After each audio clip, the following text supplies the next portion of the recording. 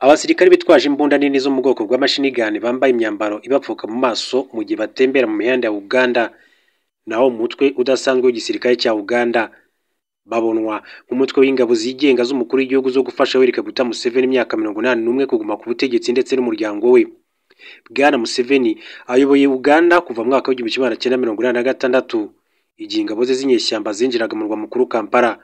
Kuva icyo gihe amaze gutsinda amatora y'umukuru w'igihugu inshuro enye zose, gusa zose zakurikiwe n'ibirego by'ubwicanyi ndetse no kwibwa kw'amajwi. Gusa ibisi bishya mu gihugu cya Uganda, kuva Uganda yabona ubwigenge mu mwaka w'1962 ubutegetsi bwagumye werekanwa hagati y'abitwaje intwaro cyangwa abahiritse abandi ku butegetsi. Museveni ari gushaka kongera kwiyamariza kuyobora Uganda mwaka utaha. Abatavuga rumwe n'ubutegetsi bwe bafite ubwoba ko ubuyobozi bw'umutwe w'ingabo zidasanzwe za CFC bwakoreshwa mu kubabuza kwiyamamaza mu bwisanzure nk'uko byagenze mu mwaka wa 2021. Ingabo za CFC zimaze imyaka ziyobowe n'umuhungu wa Perezida Yoweri Kaguta Museveni, General Muhoozi Kainerugaba. Zishinjwa n'abanenga ubutegetsi buriho gushimuta, kwica urubozo no kwica abarwanashyaka batavuga rumwe n'ubutegetsi bwa Perezida Yoweri Kaguta Museveni. Atari uko hari amatora gusa, ahubwo no mu bihe bisanzwe izi ngabo zo zihakana ibi birego, zikavuga ko ari ibinyoma bikwirakwizwa mu gihugu cya Uganda. Umwe mu basirikare baganiriye na BBC yagize ati bimeze nk'ari ingabo zishe mu zindi ariko zikorera gusa mukuru w'igihugu n'umuhungu we General Muhoozi Kainerugaba. Ati gushyirwa hejuru ndetse no kuvuga rikijyana kwabo kuri guteza inzika mu basirikare bakuru mu gihugu cya Uganda. Ibi kandi bishimangirwa nuko General Kainerugaba imyaka 51 kuri ubu uyoboye igisirikare cya Uganda yavuze ko umunsi umwe ashaka kuzakorera ise mu ngata, no kuvuga kuzamusimbura ku butegetsi aherutse gushyira umuhungu we mu gisirikare. General Kainerugaba ashinjwa gusuzugura bamwe mu basirikare bakuru bamaze igihe kirekire, aho bivuga ko ari uwo yise ikigoryi. Ayo magambo ye yateje impagarara binyuze mu nzego za gisirikare ndetse na politike. Gusa guverinoma iriho yo yabifashe nk'ibisanzwe nk'uko asanzwe abikoresha ku mbuga nkoranyambaga, ikintu General Muhoozi Kainerugaba azwiho. Mu myaka yashize yifashishije imbuga nkoranyambaga, General Kainerugaba yatewe urwenya ko azatera igihugu cy'abaturanyi ba Kenya, ibintu byababaje bamwe mu bajenerali ba Uganda.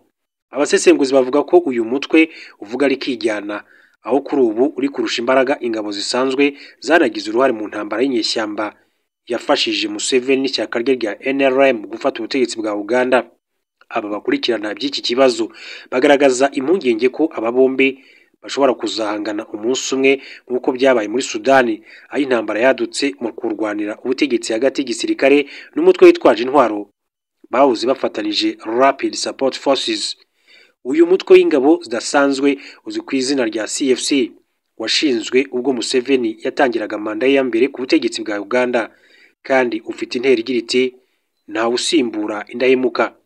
Dr. Gerard Barebe ni umushakashatsi ukomoka muri Uganda ukorera muri kaminuza ya York yo muri Canada, yabwiye BBC ati CFC ni wo mutwe ufite imbaraga kurusha indi yose mu gihugu cya Uganda, kandi ugizwe n'abasirikare babihuguriwe ku rwego rwo hejuru ndetse bafite ibikoresho bigezweho kandi bafashwa n'ingengo y'imari ihagije mu gihugu cya Uganda.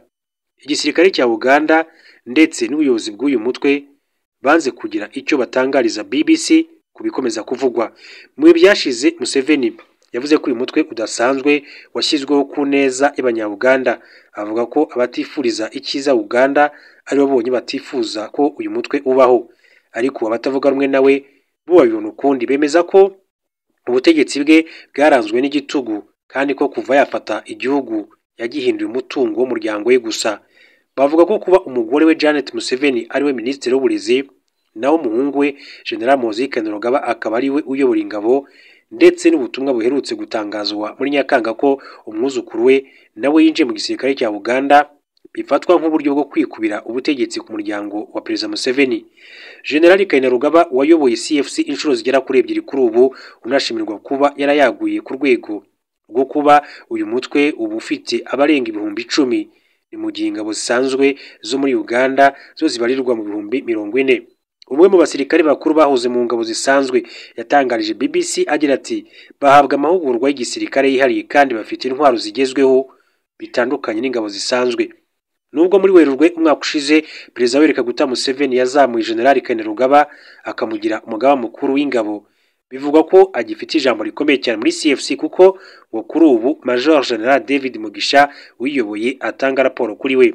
Kuri ubu General Kainerugaba akorera ku cyicaro gikuru cya CFC kiri Entebbe mu gihugu cya Uganda mu nyubako yahawe izina rya se ahagana mu birometero 34 uvuye mu murwa mukuru i Kampala.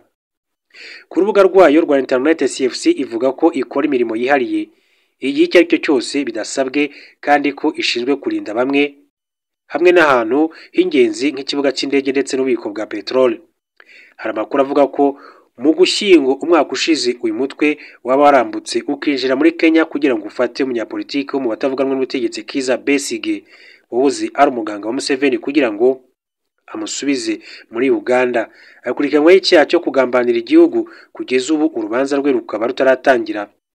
Uhagarariye ingabo mu mategeko yemeye ko inzego z'umutekano za Uganda zagize uruhare mu ifatwa rya General Besigye. Abasesenguzi nka Dr Gerard Barebe bavuga ko intego nyamukuru ya CFC ari ukurinda inyungu z'ubutegetsi buriho binyuze mu kurwanya ibyo ari byo byose bituruka ku batavuga rumwe cyangwa se n'abasirikare bakuru ubwabo.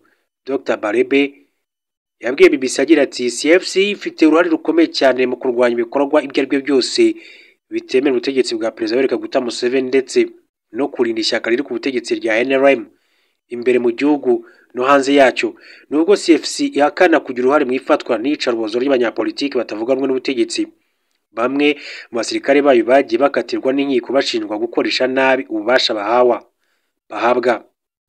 Rumwe mu manza zateje impaka cyane n'urw'umusirikare wa CFC imyaka 32 wahamwe n'icyaha mu rukiko rwa gisirikare mu Gushyingo umwaka ushize agakatirwa urwo gupfa nyuma yo kurasa abantu 3 akaba yitana n'abandi 2 bagakomereka harimo n'umwana w'umwaka umwe. Muri Gicurasi ibiro bya Perezida Yoweri Kaguta Museveni byatangaje ko biri gukurikirana ikirego kivuga ku basirikare ba CFC bakoreye ihohotera umushoferi wa bodaboda kuva moto zitwara abagenzi mu gihugu cya Uganda. Umushoferi ngo yari atwaye moto yihuta cyane ajya kureba umugore wari utwite nuko yisangaga hagati y'umutwe w'ingabo zirinda umukuru w'igihugu. Muri uko kwezi General Kainerugaba yatangaje amagambo yakuru uburakari mu baturage nyuma yo kwemeza ko yafunze umurinzi w'umunyapolitike utavuganwa n'ubutegetsi wari umaze iminsi yarabuze.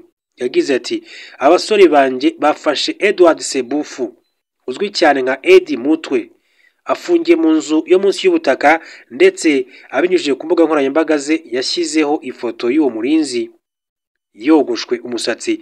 General Kainerugaba yakomeje kandi gusebya bwana Sebufu avuga ko asigaye asa neza muri iyi minsi kuko umusirikare muto yise umuhungu we ari wamwogoshe ubwanwa.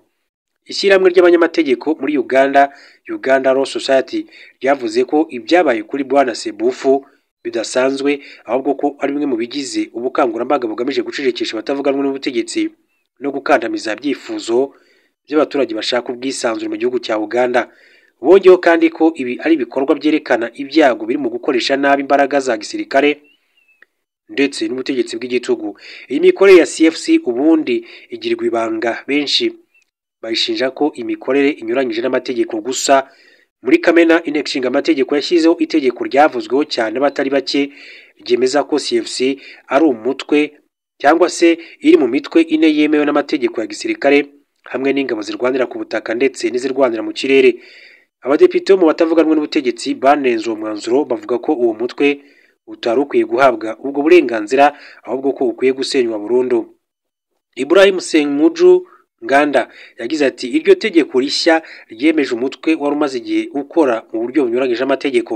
Ku ruhande rwa Dr Barebe we avuga ko kwemerwa kwa CFC mu mategeko ari ukwerekana gusa imbaraga isanzwe ifite mu miyoborere ya Uganda ishingiye ku gisirikare kandi bikarushaho kwigira ishingiro ry'umutekano w'ubutegetsi. Ibyo kandi bihura n'ibitekerezo by'umusesenguzi w'inararibonye witwa Godbert Mushabe wavuze ko nubwo mu minsi ishize Uganda isa n'ifite ituze, yagize iti ikibura ni intambara gusa mu gihugu cya Uganda. Umusirikare mukuru utifuje ko amazina yatangazwa kubw'umutekano we yabwiye BBC ko mu gisirikare yakomeje kugaragara kutishimira uburyo umutwe wa CFC utoranya abasirikare kuko bigaragara ko bikorwa hashingiye ku moko. Amasoko y'amakuru aturuka ahantu hatandukanye harimo no mu ngabo yabwiye BBC ko CFC igizwe cyane n'abasirikare bakomoka mu bwoko bw'abanyankole ari nabwo Perezida Museveni akomokamo kugira ngo hizerwe ko bazakomeza kuba indahemuka. Umudepite wo mu batavuga rumwe n'ubutegetsi muri Uganda Ibrahim Ssemujju Nganda yagize ati iyo urebye abayoboye CFC bose kuva yashingwa bose bakomoka mu bwoko bw'abanyankole bwa Perezida Yoweri Kaguta Museveni. Mu bayoboye CFC bose batandatu kuva mu mwaka wa 2007 umwe gusa muri bo niwe udakomoka mu burengerazuba bw'igihugu aho abanyankole batuye.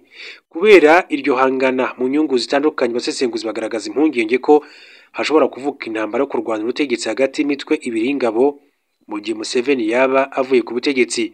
Nganda agira ati icyo ntinya cyane ni uko tutazi ibizaba igihe Museveni azaba atakiri ku butegetsi, cyane cyane uko tumvikana mu ngabo z'igihugu cya Uganda.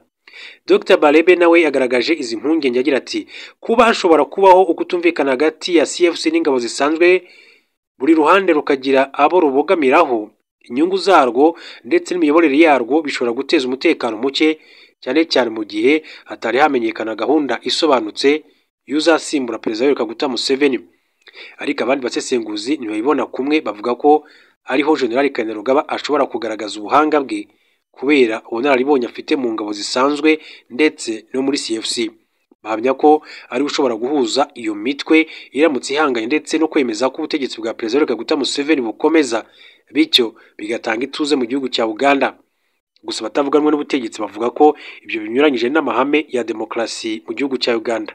Robert Kyagulanyi Ssentamu wahoze ari umuririmbyi ukunzwe cyane uzwi nka Bobi Wine ubu uri kwiyamamariza ku mwanya w'umukuru w'igihugu ku nshuro ya kabiri ngo ahangane na Perezida Yoweri Kaguta Museveni, asobanura CFC nk'itsinda ry'abashinzwe gutoteza abantu. Abinyujije ku rukuta rwe rwa X yahoze ari Twitter muri uyu mwaka 2025, General Kainerugaba yagiye avuga ko azaca umutwe umuyobozi w'abatavuga rumwe n'ubutegetsi, ariko nyuma akabihindura urwenya ndetse agasaba imbabazi. Bobi Wine yabwiye BBC ko we n'abarwanashyaka be bakunze kwibasirwa ndetse kandi bakanakubitwa n'ingabo zabo mu mutwe wa CFC, ndetse akabasaba ko uwo mutwe udasanzwe waseswa ugakurwaho burundu mu gihugu cya Uganda. Yagize ati uyu mutwe ufatwa nk'igice cy'ingabo gishinzwe kurenga inyungu z'ubutegetsi buriho, kuzirengera binyuze mu gukoresha ihohoterwa. Bakora ibyo bashaka kubera ko ntawe ugira icyo ababaza, kuko bazi ko barinzwe na General Museveni ndetse n'umuhungu we General Muhoozi Kainerugaba.